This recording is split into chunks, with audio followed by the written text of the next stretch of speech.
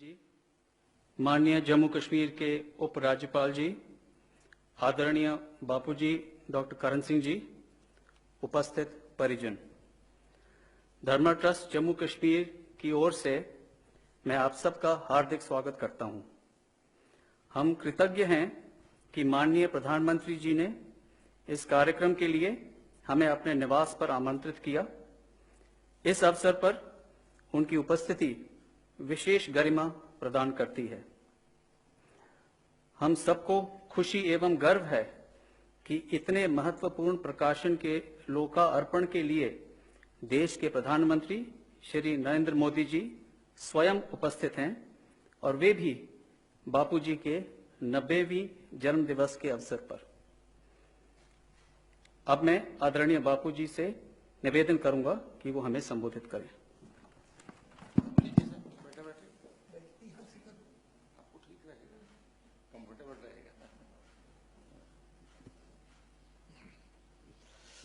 आदरणीय प्रधानमंत्री जी, जम्मू कश्मीर के उपराज्यपाल महोदय और इस सभागार में उपस्थित भाइयों बहनों प्यारे बच्चों,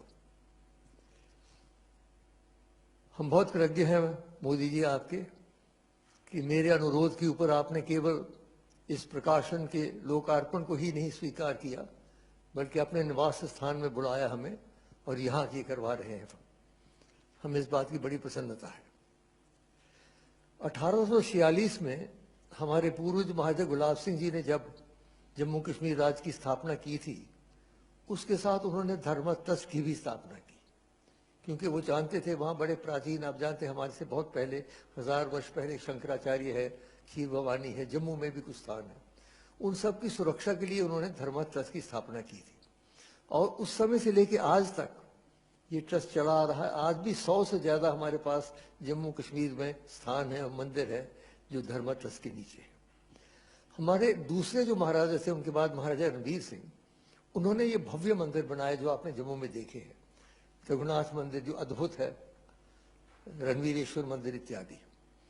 और उन्होंने मंदिर के निर्माण के अतिरिक्त उन्होंने अपने पंडित भेजे भारतवर्ष के कोने से कि पांडुलिपियां ले आओ।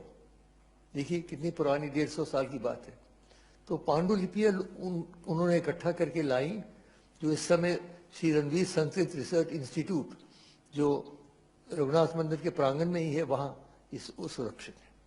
उन्हीं पांडुलिपियों में से मोदी जी, हमारे जो संपादक डॉक्टर करुण किशोर मिश्र हैं, उन्होंने काफी परिश्रम करके उसमें से वो गीता, भगवत गीता की पांडुलिपियां निकाली और अब ऐसा किया कि उनको एक प्रकार से एकत्रित करके गीता के हर एक श्लोक के ऊपर 20 या 21 अलग अलग टिप्पणियां हैं, जो एक अद्भुत चीज है। मुझे नहीं लगता इससे पहले कोई हुआ हो। तो ये भव्य कार्यक्रम का 11 वॉल्यूम में, और फिर हमने मोतीलाल बनारसी दास को ये काम दिया क्योंकि हमें लगा कि ये क्योंकि पुराने प्रकाशक हैं, आप जानते हैं इनके 100 साल से ये संस्कृत की किताबें छाप रहे हैं, तो उनको किया और वो प्रकाशित हो गया। अब भगवत गीता के बारे में आपको क्या बताऊं, शंकराचार्य जी ने कह रखा है, भगवत गीता किंचित धीता गंगा जल लव कनिका पीता सकृतपि यस्य मुरारी समर्चा तस्य यमः किम कुरुते चर्चा। और गीता स्वयं कहती है, स्वल्पमप्यस्य धर्मस्य त्रायते महतो भयात्। इस धर्म का थोड़ा सा भी अंश आपको बहुत बड़े भय से बचाता है। अब वो क्या कारण है कि गीता इतनी लोकप्रिय है? जैसे सर्वोपनिषद तो उपनिषद है, उपनिषद से ही गीता का जन्म हुआ है, लेकिन गीता इतनी लोकप्रिय क्यों है? मुझे 4 कारण दिखते हैं मोदी जी। पहला कारण यह है कि गीता संघर्ष का शास्त्र है और आज हम लोग संघर्ष की परिस्थिति में हैं। हम उपनिषद का बिल्कुल वातावरण अलग था, बैठे हुए आराम से हिमालय की किसी पर्वत चोटी पे आश्रम में, लेकिन गीता में तो वहां युद्ध शुरू हो रहा है, शंख बज चुके हैं, पक्षपात तैयार हो रहे हैं उसके बीच में। तो ये याद रखा जाए कि कुरुक्षेत्र केवल हरियाणा में एक स्थान नहीं है, हम सब के अंदर कुरुक्षेत्र है। हमारे अंदर ही दैविक और आसुरिक शक्तियों का युद्ध हो रहा है, इसलिए हम लोग संघर्ष में, और आजकल विशेषकर संघर्ष में परिस्थिति में है, इसलिए ये हमें बहुत आकर्षित करता है, पहला कारण। दूसरा कारण ये है कि भगवत गीता के गुरु का विलक्षण स्वरूप, हर एक उपनिषद के गुरु हैं, आप जानते हैं, याज्ञवल्क्य हैं, जनक हैं, अंगिरस इत्यादि हैं, लेकिन यहां तो भगवान श्री कृष्ण स्वयं है। कस्तूरी तिलकम ललाट फलके वक्षस्थले कौस्तुभम नासाग्रे नवमौक्तिकम करतले वेणुम करे कंगनम सर्वांगे हरिचंदनम च कलयन कंठे च मुक्तावलीम गोप स्त्री परिवेष्टितो विजयते गोपाल चूड़ा। जहां कृष्ण स्वयं गुरु हो उसका तो आकर्षण होना ही है, बड़ा मुश्किल। तीसरी बात मोदी जी, जो गीता में गुरु और शिष्य का एक अद्भुत संबंध है वो मैंने और कहीं नहीं देखा। जब विराट स्वरूप दर्शन हो जाता है, अर्जुन प्रणाम करते हैं, तस्मात् प्रणम्य प्रणिधाय कायम प्रसादयाम, तो हम ईशमीड, मैं साष्टांग करता हूँ। किस प्रकार का व्यवहार मांगते हैं? पितैव पुत्रस्य सखैव सख्यु प्रिया प्रिया। देखिए कैसी अद्भुत बात है, पिता पुत्र का प्यार, सखा मित्र का प्यार और प्रिय प्रियतम का प्यार, तीनों का सम्मिश्रण जो है वो संबंध है कृष्ण और अर्जुन का। ये और किसी शास्त्र में हमने ऐसा नहीं देखा। ये भी एक कारण है कि हृदय स्पर्श करती है हमें, क्योंकि वो कहीं ऊपर से ऑर्डर नहीं दे रहे हैं, हमारे साथ बैठे हैं, हमारे साथ रथ में बैठे हैं मित्र की रूप से। और चौथी बात यह है सार्वजनिक व्यवहारिता। गीता किसी एक वर्ग, किसी एक वर्ण, किसी एक धर्म, किसी एक देश तक सीमित नहीं। ईश्वर सर्वभूतानां हृदयेषु तिष्ठति, हर एक प्राणी के अंदर भगवान का निवास है। ये हमारे वेदांत का मंत्र है, ऋग्वेद का बहुत हमारी संस्कृति का मूल मंत्र है। एकम सत विप्रहा बहुधा वदंती, सताई एक है, उसे कहने के अलग अलग मार्ग है। इसलिए गीता में हर एक जगह, इस सारी दुनिया में जब जाता हूं मैं, तो गीता जो लोग, केवल हिंदू नहीं, दूसरे धर्म के लोग भी गीता को पढ़ते हैं बड़े रुचि से। ये चार कारण मैं मानता हूं मोदी कि गीता इतनी लोकप्रिय है। अब गीता का संदेश क्या है, उस पर भी चार मुद्दे संक्षेप में रखता हूं मैं। पहला तो वो कर्मों की हमें व्याख्या करता है। गहनो कर्मणो गति, कर्मों की गति बड़ी कठिन है, हर एक के सामने कठिन है। आपको कितने निर्णय करने पड़ते हैं। आप प्रधानमंत्री हो कि साधारण व्यक्ति हो, अपने जीवन में रोज कोई ना कोई नया हमें करना पड़ता है निर्णय। तो निर्णय का उन्होंने डूज और डोंट नहीं किया, जैसे कुछ लोगों ने कहा ये करो ये नहीं करो, नहीं। उन्होंने एक आंतरिक मंत्र दे दिया। क्या कहा उन्होंने? यत प्रवृत्तिर्भूतानां येन सर्वमिदं ततं स्वकर्मणा तमभ्यर्थ सिद्धिं विन्दति मानव। जो ईशावास्यमुदं इदं सर्वम, जो सारे ब्रह्मांड में व्याप्त शक्ति है, उसको यदि हम अपने कर्म से उसकी पूजा करते हैं तब हम सिद्धि की ओर जाएंगे। उसका अर्थ ये निकला कि जो भी हमारे इष्ट हैं, मैं भगवान शंकर का भक्त हूँ, यत यत कर्म करोमि तत् अखिलम शंभो तबारा। कृष्ण हो, दुर्गा हो, माता हो, जीसस हो, मोहम्मद, जो भी हो, अगर आप सच्चे दिल से समर्पण करते हैं कर्म को, फिर आप गलत कर्म नहीं कर सकते। कि जो ही गलत कर्म करना शुरू किया आपने, आपको लगेगा ये तो मैं उनको नहीं समर्पित कर सकता। तो ये उन्होंने मंत्र दे रखा है कर्म का। दूसरी बात, उन्होंने एक संयुक्त योग की बात की है। हमारे संस्कृति में आप तो जानते हैं चार प्रमुख योग हैं, ज्ञान योग है, भक्ति योग है, कर्म योग है, राजयोग है। अलग अलग इनके शास्त्र भी हैं, लेकिन गीता में 700 श्लोक के अंदर चारों योग की उन्होंने व्याख्या की है। और जो जैसे ज्ञान योग नहीं ज्ञानेन सदृशं विप्र में विद्यते, और भक्ति योग तो है ही, जहां कृष्ण होंगे भक्ति भक्ति होगी। और कर्म योग की मैंने बात कही। राजयोग के बारे में भी मोदी जी अगर आप पढ़ें, पर्याप्त उसमें सामग्री है, कैसे बैठना चाहिए, कैसे श्वास लेना चाहिए, कैसे ध्यान देना चाहिए। तो चारों योग सम्मिश्रित योग।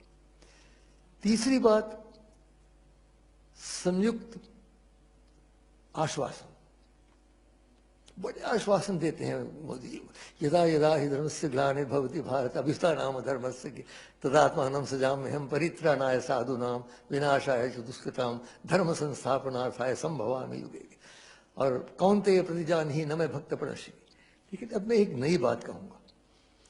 वो जो आश्वासन, आप अगर आश्वासन देते हैं कोई लोकसभा में, तो 1 साल के बाद लोग कहेंगे प्रधानमंत्री आपने आश्वासन दिया था, पूरा कीजिए।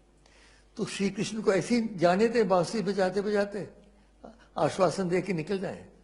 बांधना है उनको कैसे बांध सकते हैं? भक्ति से ही बांध सकते हैं, और तो कोई तरीका है नहीं। और एक और बात मैं कहूं मोदी जी, शायद पहली बार आपने सुना हो, अगर हमें भगवान की आवश्यकता है तो भगवान को भी हमारी आवश्यकता है, याद रखिए।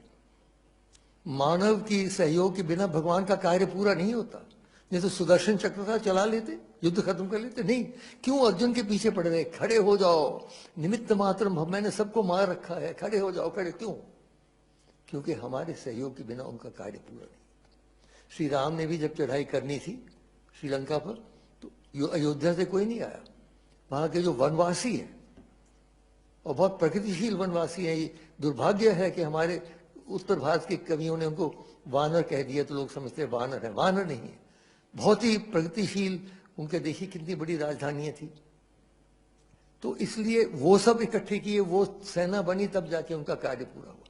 तो इसलिए हमें भगवान को बांधना है, जो आश्वासन ने किए कि नहीं तो ये ना हो जाए कहीं मोदी जी कि हमने माना कि तगाफुल ना करोगे लेकिन खाक हो जाएंगे हम तुमको खबर होने तक। वो आश्वासन दे के जो चले गए बांसुरी बजाते बजाते, तो हम सब यहीं रह गए। और चौथी और अंतिम बात मैं कह रहा, संयुक्त समर्पण। अंत में जब सारी गीता समाप्त हो जाती है, गीता तो प्रश्नोत्तरी है, आप जानते हैं, उपनिषद भी प्रश्नोत्तरी, हमारी संस्कृति ही प्रश्नोत्तरी की संस्कृति है। तो गीता में जो अंत में सब समाप्त हो जाता है, तो भगवान एक अपना श्लोक बोलते हैं। क्या कहते हैं? सर्व धर्मान परित्यज्य माम एकम शरणम व्रज अहम त्वा सर्व पापेभ्यो मोक्षयिष्यामि। सब धर्म क्या? धार्यते इति धर्म, जो धारण करता है। कुछ तो समझते हैं कि उनका धन धारण करेगा, कुछ समझते हैं उनकी विद्या धारण करेगी, कोई समझते हैं उनकी सत्ता धारण, अंततो गत्वा दैविक शक्ति ही धारण कर सकती है। इसलिए वो कहते हैं सब धर्म को छोड़ो, मां शुच। आखिरी जो दो शब्द है देखिए गीता के, मां शुच, डरो नहीं। जैसे एक अंधेरे कमरे में बच्चा चल रहा हो तो मां पीछे कहती डरो नहीं बेटा, मैं पीछे। तो कृष्ण कह रहे हैं मैं हूं ना। इसलिए अंत में मैं श्री कृष्ण के प्रति ही एक श्लोक अर्पित करता हूं, जिसमें हम कह रहे हैं, उनको प्रार्थना कर रहे हैं कि हे भगवान, आप कृपा करके आज ही अपनी हमारी चेतना को अपने कृपा में ले लीजिए। अंतिम समय जब आएगा, न जाने बोल पाएंगे, कहाँ होंगे, आईसीयू में होंगे, कहाँ होंगे, इसलिए विलंब न करें। कृष्णत्वदीय पद पंकज पंजरांते अद्येव में विशतु मानस राजहंस प्राण प्रयाण समये कफवाति पित्तई कंठावरोधन विधौ स्मरणम कुतस्ते। इन शब्दों के साथ मैं पुनः आपका धन्यवाद करते हुए प्रार्थना करता हूं कि आप कार्यक्रम को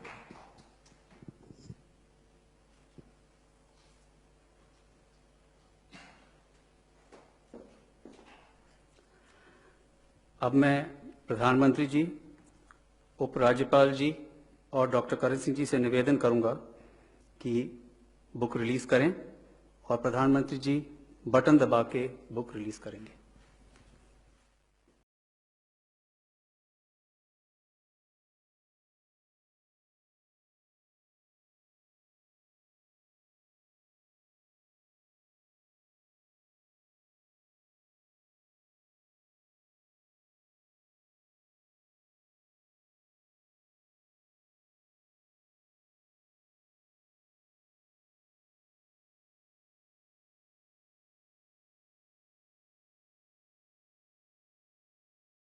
अद्वैतामृतवर्षि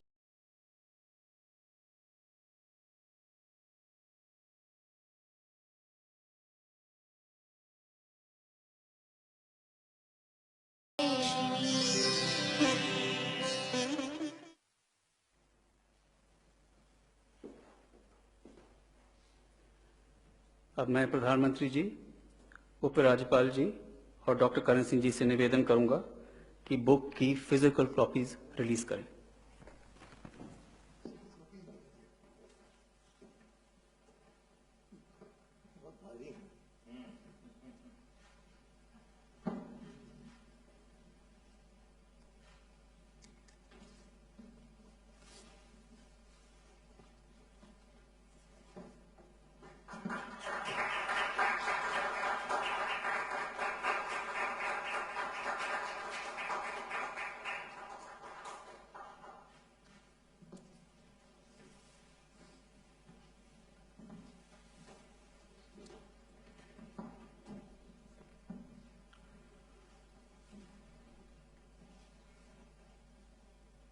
मैं प्रधानमंत्री जी से अनुरोध करूंगा कि अपने विचार हमारे सामने रखें।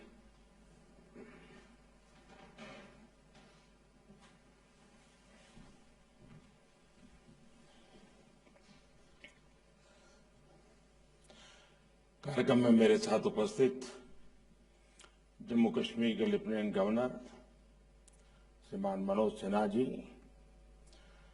धर्मार्थ ट्रस्ट के chairman trustee doctor Karan Singh ji, इस कार्यक्रम में उपस्थित अन्य सभी महानुभाव, देवी और सज्जनों, आज हम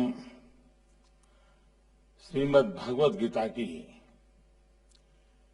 20 व्याख्याओं को एक साथ लाने वाले 11 संस्करणों का लोकार्पण कर रहे हैं। मैं इस पुनीत कार्य के लिए प्रयास करने वाले सभी विद्वानों को, इससे जुड़े हर व्यक्ति को और उनके हर प्रयास को आदरपूर्वक नमन करता हूं और उनको मैं बहुत बहुत बधाई देता हूं। आपने ज्ञान का इतना बड़ा कोष आज के युवाओं और आने वाली पीढ़ियों के लिए सुलभ करने का एक बहुत ही महान काम किया है। मैं डॉक्टर करण सिंह जी का भी विशेष रूप से अभिनंदन करता हूं, जिनके मार्गदर्शन में ये कार्य सिद्ध हुआ है। और जब भी मैं उनसे मिला हूं, एक प्रकार से ज्ञान और संस्कृति की धारा अविरत बहती रहती है।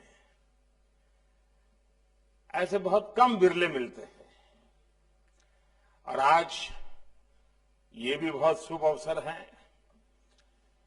कि कर्ण सिंह जी का जन्मदिवस भी है और 90 साल की एक प्रकार से उनकी एक सांस्कृतिक यात्रा है। तो मैं उनका हृदय से अभिनंदन करता हूं। मैं आपके दीर्घायु होने, अच्छे स्वास्थ्य की बहुत ही कामना करता हूं। डॉक्टर कर्ण सिंह जी ने भारतीय दर्शन के लिए जो काम किया है, जिस तरह अपना जीवन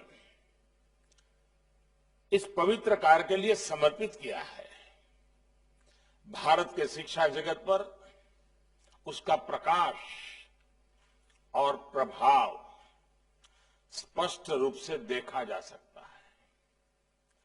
आपके इस प्रयास ने जम्मू कश्मीर की उस पहचान को भी पुनर्जीवित किया है जिसने सदियों तक पूरे भारत की विचार परंपरा का नेतृत्व किया है। कश्मीर के भट्ट भास्कर, अभिनव गुप्त, आनंदवर्धन, अनगिनत विद्वान, जिन्होंने गीता के रहस्यों को हमारे लिए उजागर किया। आज वो महान परंपरा एक बार फिर देश के संस्कृति को समृद्ध करने के लिए तैयार हो रही है। ये कश्मीर के साथ साथ पूरे देश के लिए भी गर्व का विषय है। साथियों, किसी एक ग्रंथ के हर श्लोक पर ये अलग अलग व्याख्याएं, इतने मनीषियों की अभिव्यक्ति, ये गीता की उस गहराई का प्रतीक है जिस पर हजारों विद्वानों ने अपना पूरा जीवन दिया है। ये भारत की उस वैचारिक स्वतंत्रता और सहिष्णुता का भी प्रतीक है जो हर व्यक्ति को अपना दृष्टिकोण, अपने विचार रखने के लिए प्रेरित करती है। किसी के लिए गीता ज्ञान का ग्रंथ है, किसी के लिए सांख्य का शास्त्र है, किसी के लिए योग सूत्र है, तो किसी के लिए कर्म का पाठ है। और मैं जब गीता को देखता हूं तो मेरे लिए ये उस विश्वास के विश्व रूप समान है जिसका दर्शन हमें 11वें अध्याय में होता है। मम देहे गुड़ाकेश यच्च अन्नत दृष्टमो इच्छसी, अर्थात मुझ में जो कुछ भी देखना चाहो देख सकते हो। हर विचार, हर शक्ति के दर्शन कर सकते हो। साथियों, गीता के विश्व रूप ने महाभारत से लेकर आजादी की लड़ाई तक हर कालखंड में हमारे राष्ट्र का पथ प्रदर्शन किया है। आप देखिए, भारत को एकता के सूत्र में बांधने वाले आदि शंकराचार्य जी ने गीता को आध्यात्मिक चेतना के रूप में देखा। गीता को रामानुजाचार्य जैसे संतों ने आध्यात्मिक ज्ञान की अभिव्यक्ति के रूप में देखा। स्वामी विवेकानंद जी के लिए गीता अटूट कर्मनिष्ठा और अदम्य आत्मविश्वास का स्रोत रही है। गीता श्री अरबिंदो के लिए तो ज्ञान और मानवता की साक्षात अवतार थी। गीता महात्मा गांधी की कठिन से कठिन समय में पथ प्रदर्शक रही है। गीता नेताजी सुभाष चंद्र बोस की राष्ट्रभक्ति और पराक्रम की प्रेरणा रही है। ये गीता ही है जिसकी व्याख्या बाल गंगाधर तिलक जी ने की और आजादी की लड़ाई को एक नई ताकत दी, नई ऊर्जा दी थी। मैं समझता हूं कि ये सूची इतनी लंबी हो सकती है कि कई घंटे भी इसके लिए कम पड़ेंगे। आज जब देश आजादी के 75 साल मनाने जा रहा है, तो हम सबको गीता के इस पक्ष को भी देश के सामने रखने का प्रयास करना चाहिए। कैसे गीता ने हमारी आजादी की लड़ाई को ऊर्जा दी, कैसे हमारी स्वाधीनता सेनानियों को देश के लिए अपना सर्वस्व बलिदान करने का साहस दिया, कैसे गीता ने देश को एकता के आध्यात्मिक सूत्र में बांध कर रखा। इस सब पर भी हम शोध करें, लिखें और अपनी युवा पीढ़ी को इससे परिचित कराएं। साथियों, गीता तो भारत की एकजुटता, समत्व की भावना का मूल पाठ है, क्योंकि गीता कहती है समम सर्वेषु भूतेषु तिष्ठन्तम परमेश्वरम, अर्थात प्राणी मात्र में ईश्वर का निवास है, नर ही नारायण है। गीता हमारी ज्ञान और शोध की प्रवृत्ति की प्रतीक है, क्योंकि गीता कहती है न ही ज्ञानेन सदस्यम, न ही ज्ञानेन सदस्यम पवित्रम निहि विद्यते, अर्थात ज्ञान से पवित्र और कुछ भी नहीं है। गीता भारत के वैज्ञानिक चिंतन की, साइंटिफिक टेम्परामेंट की भी गीता ऊर्जा स्रोत है, क्योंकि गीता का वाक्य है ज्ञानम विज्ञानम सहितम, ज्ञानम विज्ञानम सहितम यद ज्ञात्वा मोक्ष से अशुभात, अर्थात ज्ञान और विज्ञान जब साथ मिलते हैं तभी समस्याओं का, दुखों का समाधान होता है। गीता सदियों से भारत की कर्मनिष्ठा का प्रतीक है, क्योंकि गीता कहती है योगः कर्मसु कौशलम, योगः कर्मसु कौशलम, अर्थात अपने कर्तव्यों को कुशलतापूर्वक करना ही योग है। साथियों, गीता एक ऐसा आध्यात्मिक ग्रंथ है जिसने ये कहने का साहस किया कि न अनव्याप्तम न अनवाप्तम अवाप्तव्यम वर्त एव च कर्मणि, अर्थात सभी हानि, लाभ और इच्छाओं से मुक्त ईश्वर भी बिना कर्म किए नहीं रहता है। इसलिए गीता पूरी व्यावहारिकता से इस बात को कहती है कि कोई भी व्यक्ति बिना कर्म किए नहीं रह सकता।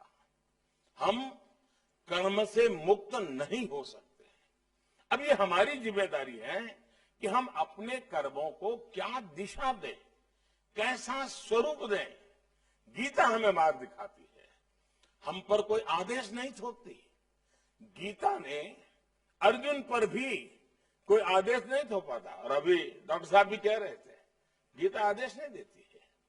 श्री कृष्ण ने पूरी गीता के उपदेश के बाद अंतिम अध्याय में अर्जुन से यही कहा, अरे सब कुछ करने के बाद जितना जोर लगाना था लगा लिया, लेकिन आखिर में क्या कहा, यथा इच्छसी तथा कुरु। यानी अब मैंने जितना कहना था कह दिया, अब तुम्हें जैसा ठीक लगे ऐसा तुम करो। ये अपने आप में शायद इससे ज्यादा लिबरल थिंकिंग कोई नहीं हो सकता है। कर्म और विचारों की ये स्वतंत्रता ही भारत के लोकतंत्र की सच्ची पहचान रही है।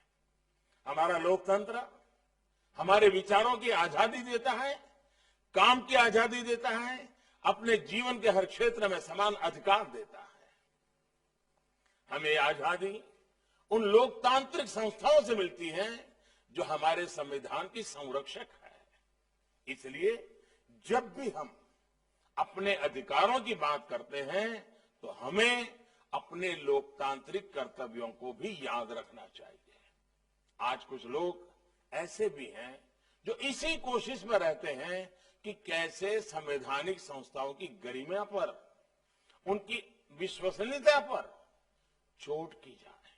हमारी संसद हो, न्यायपालिका हो, यहां तक कि सेना भी उस पर भी अपने राजनीतिक स्वार्थ में हमले करने की कोशिश होती रही है। ये प्रवृत्ति देश को बहुत नुकसान पहुंचाती है। संतोष की बात है कि ऐसे लोग देश की मुख्य धारा का प्रतिनिधित्व नहीं करते हैं। देश तो आज अपने कर्तव्यों को ही संकल्प मान करके आगे बढ़ रहा है। गीता के कर्मयोग को अपना मंत्र बनाकर देश आज गांव, गरीब, किसान, मजदूर, दलित, पिछड़े समाज के हर वंचित व्यक्ति की सेवा करने में उनका जीवन बदलने का प्रयास कर रहा है। साथियों, गीता के माध्यम से भारत ने देश और काल की सीमाओं से बाहर पूरी मानवता की सेवा की है। गीता तो एक ऐसा ग्रंथ है जो पूरे विश्व के लिए है, जीव मात्र के लिए है। दुनिया की कितनी ही भाषाओं में इसका अनुवाद किया गया, कितने ही देशों में इस पर शोध किया जा रहा है, विश्व के कितने ही विद्वानों ने इसका सानिध्य लिया है। ये गीता ही है जिसने दुनिया को निस्वार्थ सेवा जैसे भारत के आदर्शों से परिचित कराया। नहीं तो भारत की निस्वार्थ सेवा, विश्व बंधुत्व की हमारी भावना, ये बहुतों के लिए किसी आश्चर्य से कम नहीं होती। आप देखिए, कोरोना जैसी महामारी दुनिया के सामने आई, उस समय जैसे पूरा विश्व इस क्षेत्र से अनजान था, एक अननोन एनिमी था। दुनिया तैयार नहीं थी, मानव तैयार नहीं था, और वैसे ही स्थिति भारत के लिए भी थी। लेकिन भारत ने खुद को भी संभाला और विश्व की सेवा भी के लिए भी जो भी कर सकता है पीछे नहीं रहा। दुनिया के देशों को दवाइयां पहुंचाई, जरूरत जिन सामग्री की थी उसको पहुंचाया। आज दुनिया के कई ऐसे देश जिनके पास वैक्सीन के लिए साधन संसाधन नहीं थे, भारत ने उनके लिए बिना किसी बंद अनुबंध और शर्त के, कोई शर्त नहीं, हमने वैक्सीन पहुंचाई। वहां के लोगों के लिए भी ये सेवा किसी सुखद आश्चर्य से कम नहीं है। उनके लिए ये अलग ही अनुभव है। साथियों, इसी तरह दूसरे देशों के भी जो लोग दुनिया में अलग अलग जगह फंसे थे, भारत ने उन्हें भी सुरक्षित निकाला, उनके देश पहुंचाया। इसमें भारत ने नफा नुकसान का कोई गणित नहीं लगाया। मानव मात्र की सेवा को ही कर्म मानकर भारत ने ये कर्तव्य निभाया। जब दुनिया के लोग, विश्व के नेता इसे भारत द्वारा की गई सहायता बताते हैं, भारत के प्रति मुझे धन्यवाद देते हैं, तो मैं कहता हूं कि भारत के लिए ये सहायता नहीं, संस्कार है। भारत की दृष्टि में ये महानता नहीं, मानवता है। भारत सदियों से इसी निष्काम भाव से मानव मात्र की सेवा कैसे करते आ रहा है, ये मर्म दुनिया को तब समझ आता है जब वो गीता के पन्ने खोलती है। हमें तो गीता ने पग पग पर यही सिखा है, कर्मण्येवाधिकारस्ते मा फलेषु कदाचन, यानी बिना फल की चिंता किए निष्काम भावना से कर्म करते रहो। गीता ने हमें बताया है, युक्तः कर्म फलम त्यक्त्वा शांतिम अपनोति नैष्ठिकीम्, अर्थात फल या लाभ की चिंता किए बिना कर्म को कर्तव्य भाव से, सेवा भाव से करने में ही आंतरिक शांति होती है। यही सबसे बड़ा सुख है, सबसे बड़ा अवॉर्ड है। साथियों, गीता में तामसिक, राजसिक और सात्विक 3 प्रवृत्तियों का वर्णन भगवान कृष्ण ने दिया है। यहां जब आप एक प्रकार से गीता से जुड़े हुए मर्मज्ञ लोग भी मेरे सामने हैं, आप सब जानते ही हैं कि गीता के 70वें अध्याय में इस पर कई श्लोक हैं। और मैंने अनुभव के हिसाब से अगर हम सरल भाव में इन तामसिक, राजसिक और सात्विक प्रवृत्तियों को कहें तो जो कुछ भी सबके पास है वो मेरा हो जाए, हमें मिल जाए, यही तामसिक प्रवृत्ति है। इसके कारण दुनिया में युद्ध होते हैं, अशांति होती है, षड्यंत्र होते हैं। जो मेरा है वो मेरे पास रहे, जो किसी और का वो उसका है, वो उसी में वो अपना गुजारा करें। ये राजसिक यानी सामान्य दुनियावी सोच है। लेकिन जो मेरा है वो उतना ही सबका है। मेरा सब कुछ मानव मात्र का है, ये सात्विक प्रवृत्ति है। इसी सात्विक प्रवृत्ति पर भारत ने हमेशा से अपने मानवीय मूल्यों को आकार दिया है, समाज का मापदंड बनाया है। हमारे यहां परिवारों में भी, बच्चों को भी सबसे पहले यही सिखाते हैं, कुछ भी मिले पहले सबको बांट दो, बाद में खुद रखो। मेरा नहीं करते, मिलकर चलते हैं। इन्हीं संस्कारों के कारण भारत ने कभी अपनी पूंजी को, अपने ज्ञान को, और अपने आविष्कारों को केवल आर्थिक आधार पर नहीं देखा। हमारा गणित का ज्ञान हो, टेक्सटाइल हो, मेटलर्जी हो, जैसे कई प्रकार के व्यापारिक अनुभव हो, या फिर आयुर्वेद का विज्ञान हो, हमने इन्हें मानवता की पूंजी माना। आयुर्वेद का विज्ञान तो उन युगों से मानवता की सेवा कर रहा है जब आधुनिक मेडिकल साइंस इस रूप में नहीं था। आज भी जब दुनिया एक बार फिर से हर्बल और नेचुरल की बात कर रही है, ट्रीटमेंट से पहले हीलिंग की ओर देख रही है, आज जब आयुर्वेद पर अलग अलग देशों में शोध हो रहे हैं तो भारत उसे प्रोत्साहित कर रहा है, अपनी मदद भी दे रहा है। अतीत में भी हमारे प्राचीन विश्वविद्यालयों में विदेशी छात्र आए, विदेशी यात्री आए, हर किसी को हमने अपना ज्ञान विज्ञान पूरी उदारता से दिया। हमने जितनी ज्यादा प्रगति की उतना ही मानव मात्र की प्रगति के लिए और प्रयास हम करते रहे हैं।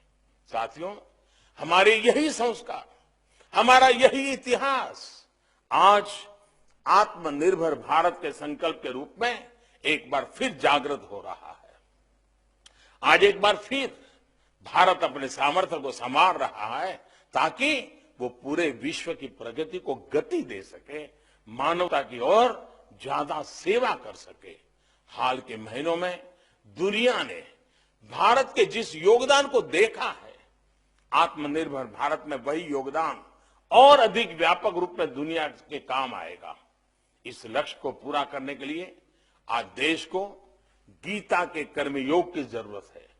सदियों के अंधकार से निकलकर एक नए भारत के सूर्योदय के लिए, आत्मनिर्भर भारत के निर्माण के लिए हमें अपने कर्तव्यों को पहचानना भी, उनके लिए कृत संकल्प भी होना है। जैसे भगवान कृष्ण ने अर्जुन से कहा था, क्षुद्रम हृदय दौर्बल्यम त्यक्त्वा उत्तिष्ठत परंतप, अर्थात छोटी सोच, छोटे मन और आंतरिक कमजोरी को छोड़कर अब खड़े हो जाओ। भगवान कृष्ण ने यह उपदेश देते हुए गीता में अर्जुन को भारत कहकर संबोधित किया है। इसकी तरफ बहुत कम लोगों का ध्यान जाता है। आज गीता का यह संबोधन हमारे भारतवर्ष के लिए है, 130 करोड़ भारतवासियों के लिए है। आज इस आह्वान के प्रति भी नई जागृति आ रही है। आज दुनिया भारत को एक नए नजरिए से देख रही है, एक नए सम्मान से देख रही है। हमें इस बदलाव को भारत की आधुनिक पहचान, आधुनिक विज्ञान के शिखर तक लेकर जाना है। मुझे विश्वास है कि हम मिलकर ये लक्ष्य हासिल करेंगे। आजादी के 75 साल देश के एक नए भविष्य की शुरुआत का आधार बनेंगे। मैं फिर एक बार डॉक्टर साहब को, इस ट्रस्ट को चलाने वाले सभी महानुभावों को और इस काम को करने के लिए आपने जो मेहनत की, इसके लिए मैं हृदय से बहुत बहुत बधाई देता हूं। और मुझे विश्वास है कि इस किताब से जो लोग रेफरेंस के रूप में किताब का उपयोग करने के आदी होते हैं, उनके लिए ग्रंथ बहुत अधिक काम आएंगे, क्योंकि हम जैसे लोग हैं उनको जरा ज्यादा जरूरत पड़ती है। तो इसमें रेफरेंस के लिए सुविधा बहुत रहती है और इसके लिए भी मैं मानता हूं ये अनमोल खजाना आपने दिया है। और मैं इस बात से पूरी तरह सहमत हूं, शायद विश्व का ये पहली चिंतन धारा ऐसी है, ये विश्व का पहला ऐसा ग्रंथ है, विश्व का पहला ऐसा मार्गदर्शन है जो युद्ध की भूमि में रचा गया है, शंखनाद के बीच रचा गया है, जहां जय पराजय दरवाजे पर दस्तक दे रहा था, उस समय कहा गया है। ऐसी प्रतिकूल वातावरण, अशांत वातावरण, उद्वेग वाले वातावरण, उसमें इतना शांत चित्त विचारधारा निकलना, ये इस अमृत प्रसाद के सिवाय कुछ नहीं हो सकता है। ऐसा गीता का ज्ञान आने वाली पीढ़ियों को वो जो उस भाषा में समझे, जिस रूप में समझे, उस रूप में देते रहना हर पीढ़ी का काम है। डॉक्टर करण सिंह जी ने, उनके पूरे परिवार ने, उनकी महान परंपरा ने इस काम को हमेशा जीवित रखा है। आगे की पीढ़ियां भी जीवित रहेगी, ये मुझे पूरा विश्वास है। और डॉक्टर करण सिंह जी की सेवाएं हम हमेशा याद रखेंगे। इस महान कार्य के लिए मैं आदरपूर्वक उनका नमन करता हूं। और उन आयु में इतने वरिष्ठ हैं, सार्वजनिक जीवन में इतने वरिष्ठ हैं कि उनके आशीर्वाद हम पर बने रहें, ताकि हम भी इन आदर्शों को लेकर कुछ न कुछ देश के लिए करते रहें। बहुत बहुत धन्यवाद।